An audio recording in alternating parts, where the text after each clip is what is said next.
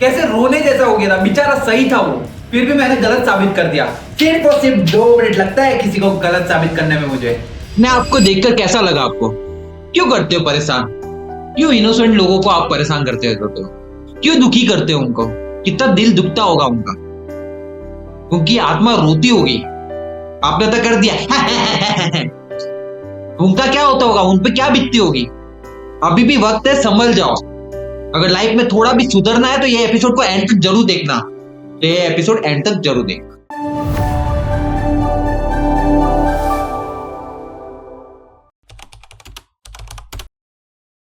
मैं तुषार मालवीय आप सबका स्वागत करता हूँ 700 दिन 700 श्लोक 700 XM practical Bhagavad Gita series के अंदर। तो अभी तक जैसे हमने देखा कि पांडव सेना के अंदर टोटल 18 योद्धा ने अपने अपने दिव्य शंख बजाए थे।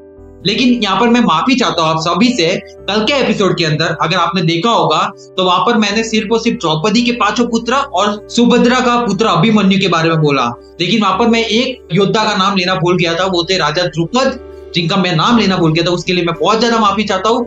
इस तरीके से टोटल 18 भारतीयों ने 18 योद्धा ने अपने अपने दिव्य शंख बजाए थे पांडव सेना के अंदर। जैसे मैं आपको बता दूं अभी शॉर्ट में, सबसे पहले भगवान श्री कृष्ण, फिर 5 पांडव, फिर आते काशीराज, शिखंडी, धृष्टद्युम्न, राजा विराट, युयुधानव जिसका नाम सात्यकी भी था, राजा द्रुपद, द्रौपदी के 5 पुत्र और अभिमन्यु। इस तरीके से टोटल 18 योद्धा ने अपने अपने दिव्य शंख बजाए थे पांडव सेना से।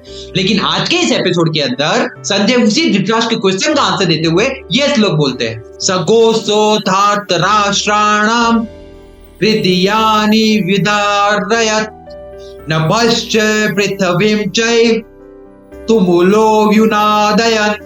यहाँ पर जो है ना कौरव सेना वो पूरी की पूरी वापस टूट गई। आपको पता है ना दुर्योधन टूट चुका था पहले, जब गुरु द्रोणाचार्य के पास गया था, जब उन्होंने उसको कोई रिप्लाई नहीं किया, कोई रिस्पॉन्स नहीं किया, इसलिए टूट गए थे। और भीष्म पितामह जो कि दुर्योधन के दादा थे, उन्होंने अपना शंख बजाया था जिससे दुर्योधन का उत्साह बढ़ गया और कौरव सेना का भी उत्साह बढ़ गया था। लेकिन पांडवों पे उसका कोई असर नहीं पड़ा।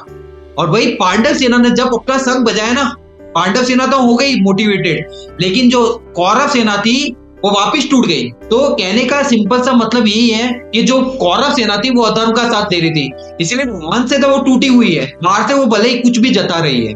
और वही पांडव सेना वो तो अंदर से पता है कि वो क्या कर रही है, काम धर्म के साथ काम कर रही है, इसीलिए वो छोटी सेना होने के बावजूद भी इतनी स्ट्रांग थी। वही कौरव सेना थी वो इतनी विशाल सेना होने के बावजूद वो अंदर से खोखली थी, टूट चुकी थी पूरी की पूरी। आई होप आज का ये एक्सप्लेनेशन आपको पसंद आया होगा।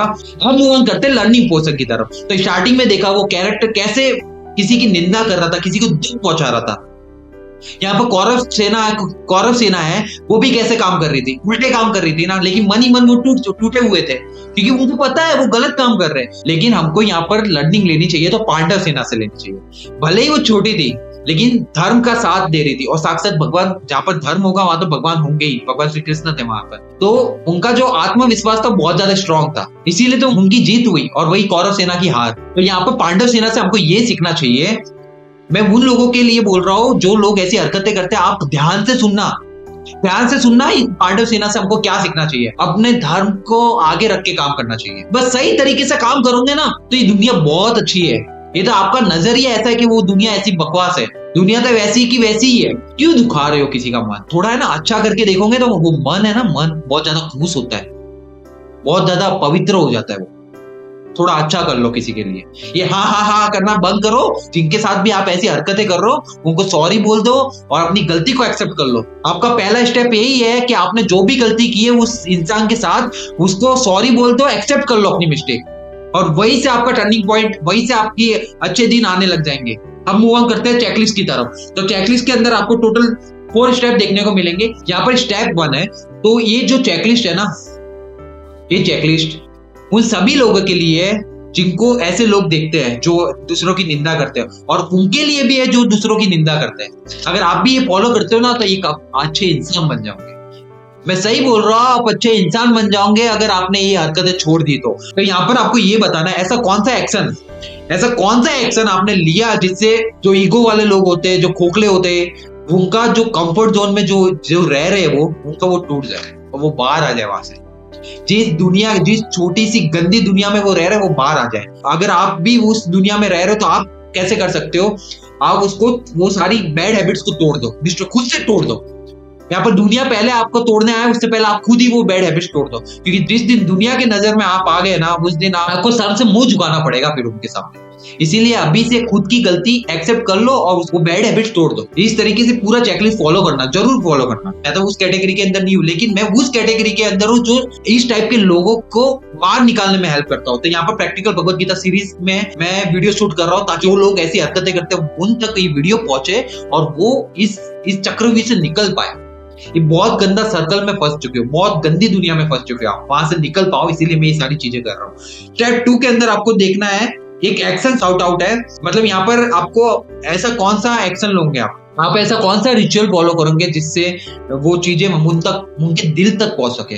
दिल तक पहुंचेगी तभी तो वो सुधर पाएंगे। तो वही है एक्शन शाउट आउट। यहाँ पर जो एक्शन है उसको जोर से लाउडली बोलना है, तभी आपको पता होगा कि आपको क्या एक्शन लेना है। तो मैं आज इतना सच बात करूंगा कि दुनिया हिल जाए और झूठ के महल टूट जाए। ये झूठ का पूरी झूठी दुनिया बनाई रखी है आपने, जो भी ऐसी हरकतें कर रहे हैं, झूठा ये माहौल बना रखा है, वो टूट जाए। क्योंकि मैं हूँ त्रिमूर्ति मोक्ष वॉरियर और हर एक इलाके में घुसूंगा जहां पर ऐसे लोग पाए जाते हैं, ऐसे लोगों का बिहेवियर पाया जाता है, उनका सबका मैं बिहेवियर तोड़ूंगा। तो इस तरीके से मैंने ये एक्शन शाउट आउट किया। अब चलते हैं स्टेप 3 के अंदर। यहाँ पर आपको त्रिमूर्ति मोक्ष रिपोर्ट बनानी होगी। पहला आपको वही बताना है कौन सा एक्शन लेने वाले हो, कौन सा एक्शन लेने वाले हो जिससे ये पूरा का पूरा ये माहौल जो बना हुआ है वो टूट जाए। तो मैं तो वीडियो शूट कर रहा हूँ, आप तक पहुंच ही रही है। फिर चलते हैं प्योर एनर्जी से किया। मैंने पूरी एनर्जी लगाई, पूरी एनर्जी दे रहा हूं मैं अपनी यहाँ पर, ताकि वो बात जो मैं चाहता हूँ आप तक पहुंच सके, जो मैं बात बताना चाह रहा हूँ आपके दिल तक पहुंच सके। तो यहाँ पर यस नो में बताना, तो मैंने यस किया। फिर दुनिया का रिएक्शन कैसा था? अब दुनिया का रिएक्शन तो ये वीडियो आने के बाद ही पता चलेगा, क्या कमेंट आते हैं उस पे भेज दोगा, लेकिन मोस्ट प्रोबेबली अच्छा ही होगा, मैं ऐसा मानता हूँ। अगर कोई भी गलती हो जाए, मेरे को कहीं भी गलत बोल गया हूं मैं, हालांकि गलत तो मैं नहीं बोला, लेकिन फिर भी अगर आपको लगे कहीं भी हर्ट हो जाओ तो मुझे माफ करना इसके लिए, लेकिन ये सिर्फ और सिर्फ आपके लाइफ के लिए ही है ये सारी चीजें। फिर आता है मेरा इंटरनल फीलिंग, ऑन फायर हूं मैं, बुस्टेड हूँ, ऐसा मन कर रहा है अभी मैं इतना फायर हूँ, इतना बुस्टेड हूँ कि स्क्रीन के पार आ जाऊं, सीधा पास बिठा के समझा दूं, ऐसा मन होता है। लेकिन ये तो पॉसिबल नहीं हो सकता ना, अब इसके पार तक कैसे आ सकता हूँ? सामने दीवार है, दीवार पे सर टकराएगा। अब चलते कॉइन सिस्टम। कॉइन सिस्टम के अंदर आपने जो एक्शन डिसाइड किए ताकि काल्पनिक दुनिया से बाहर आ सके, इसीलिए पूरा का पूरा एक्शन अगर लिया है तो +1 मिलेगा। फिर पब्लिकली आपने ये पूरा बताया कि जो एक्शन ले रहे हो +2 बोनस। मैं तो पब्लिकली बता रहा हूँ। अगर आपने कुछ भी नहीं किया, बस ऐसे ही बैठे रहे, वही जो करते आ रहे वही कर रहे हो, बस दूसरों का मजाक उड़ाना, तो फिर तो आपकी लाइफ बहुत खतरे में है भाई और बहन, दोनों को बोल रहा हूँ। तो इस तरीके से जो टोटल अर्निंग मेरी हुई वो +3 की हुई। अब चलते हैं स्टेप 4 के अंदर, end of the day reflection है। यहाँ पर पूरा एनालिसिस वाला होता है, चेकलिस्ट को अच्छे से समझो, कहीं भी गलती हुई तो फिर से उसको सुधारो, इस तरीके से एनालिसिस वाला पार्ट। यहाँ पर टोटल 3 क्वेश्चन देखने को मिलेंगे। पहला ये क्वेश्चन है, क्या तुमने आज दुनिया तक अपनी वाइब पहुंचाई? मैंने तो अपना पूरा वीडियो शूट किया, अपनी पूरी एनर्जी लगाई, और भी बोलना चाह रहा था लेकिन बोल नहीं पाया, खुद को काबू रखा, और बहुत सारी चीजें थी जो एक ही वीडियो, इस एक ही एपिसोड में मैं नहीं बता सकता क्योंकि बहुत लंबा एपिसोड चला जाएगा, इसीलिए तो मैंने तो अपनी आवाज अपनी वीडियो के थ्रू आप तक पहुंचाई। फिर दूसरा क्वेश्चन, क्या तुम्हारा काम किसी दुश्मन के ईगो को कांप गया?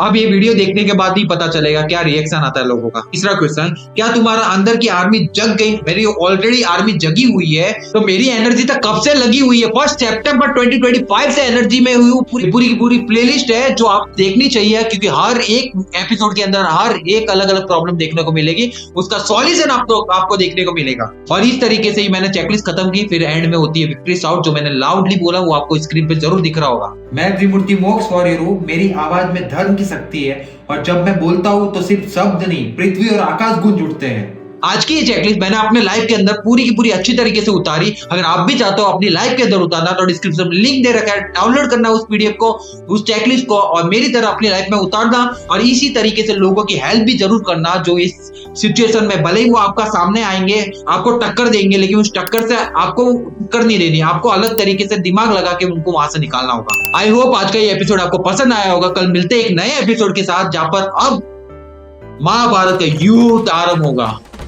तो देखने के लिए एक्साइटेड हो तो कल का एपिसोड के लिए वेट करना। हमारा एक ही पर्पस होगा, लर्निंग लूंगा मैं अपनी लाइफ में अंदर, अपना लाइफ एक्सपीरियंस आपके साथ शेयर करूंगा, आप भी मेरी तरह अपनी लाइफ के अंदर उतारना और चेंजेस 101% आपको देखने को मिलेंगे। क्योंकि यह है प्रैक्टिकल भगवत गीता सीरीज, जहां पर हर समस्या का समाधान दिया जाता है प्रैक्टिकल वे के अंदर। और इसी के साथ मैं आप सबका बहुत बहुत धन्यवाद करता हूँ।